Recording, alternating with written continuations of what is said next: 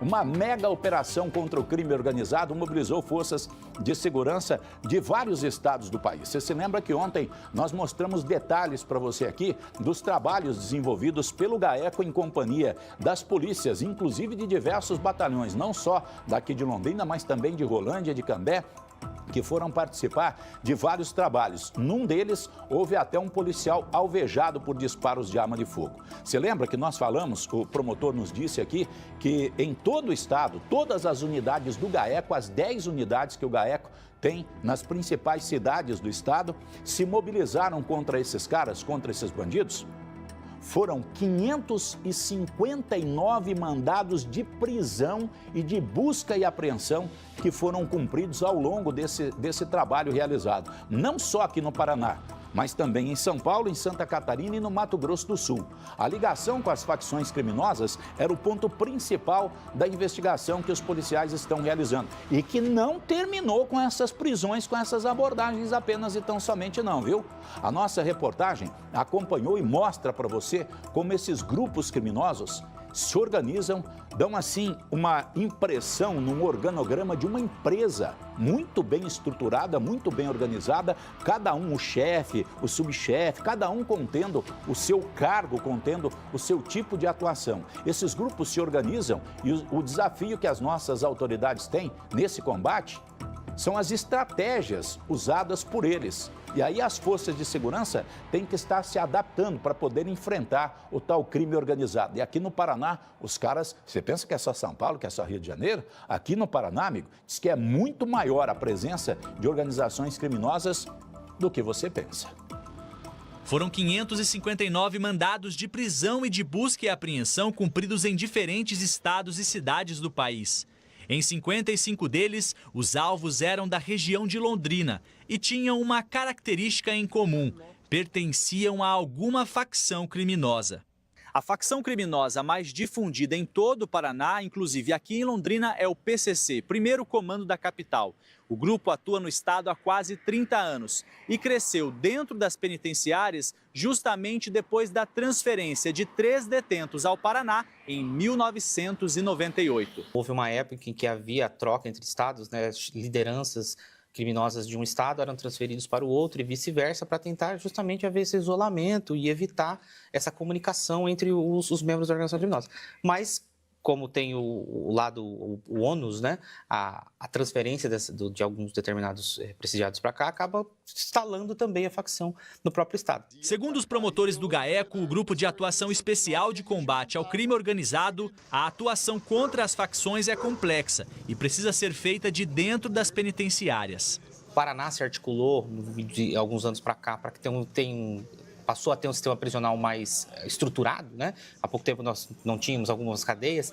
Então, dentro dos estabelecimentos prisionais, acaba tendo essa articulação, infelizmente. É uma coisa que também nós temos trabalhado bastante, todos os órgãos de segurança, para que a gente tente sufocar isso dentro dos presídios, né? Porque, infelizmente, muitas coisas partem lá de dentro. Com mais de 30 anos de atuação nas forças de segurança, o secretário de Defesa Social de Londrina reforça que no dia a dia da cidade, o combate ao pequeno traficante de drogas também faz parte do enfrentamento ao crime organizado. Seja o pequeno, essa pessoa que está traficando em pequena quantidade ou em grandes quantidades, os dois são criminosos.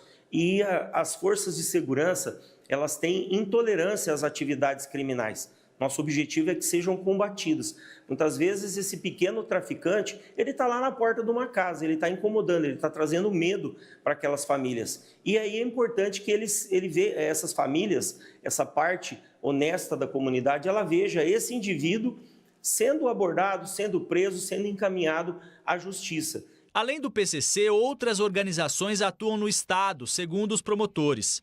E um dos desafios é impedir que elas também atuem em atividades comerciais legítimas, usadas como fachada. Existe aí uma tendência de que essas organizações criminosas também ocupem espaços no mercado formal, como, por exemplo, mercado de combustíveis, né, postos de combustíveis, distribuidoras e até mesmo no mercado financeiro. Então, o objetivo do Estado do Paraná é que isso não aconteça aqui no nosso território.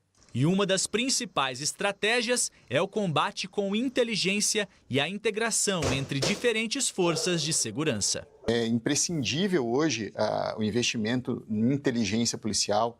É importante que os órgãos policiais recebam informações não só da população, mas também de outras autoridades a respeito desse fenômeno e também através da investigação que é encetada, que é realizada por todos os órgãos aí todos os dias aqui no nosso estado. O trabalho ele é muito complexo, porque nós temos que realmente montar redes de comunicação.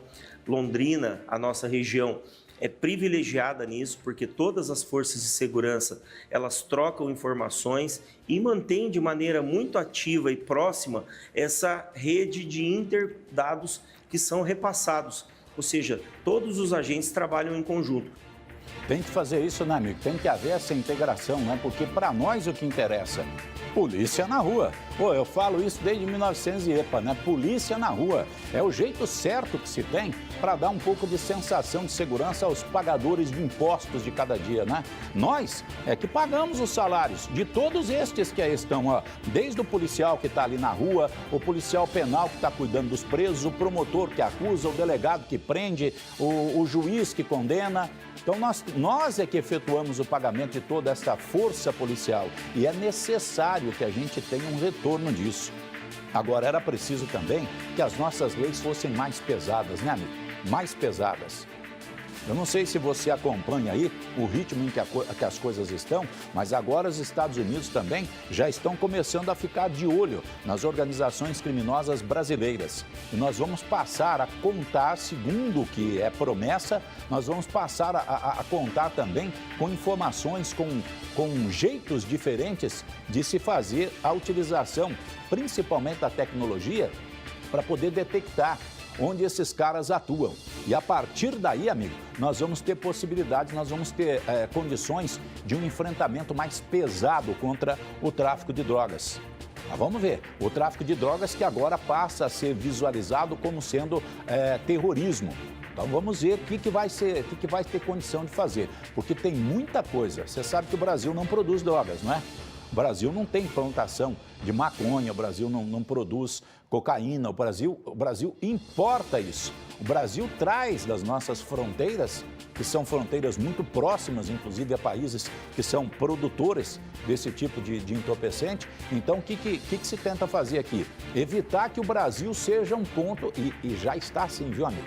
Infelizmente, um ponto de disseminação da droga. E não é só lá para os Estados Unidos, é para a Europa inteira, para a África, para todos os locais. A gente tem buscas e apreensões que são feitas. Tivemos uma apreensão última lá no Porto de Santos, em que os policiais tiveram que mergulhar, tiveram que usar equipamentos de mergulho para entrar e checar os cascos dos navios. Eles estavam amarrando, estavam acondicionando drogas nos cascos dos navios, amigo.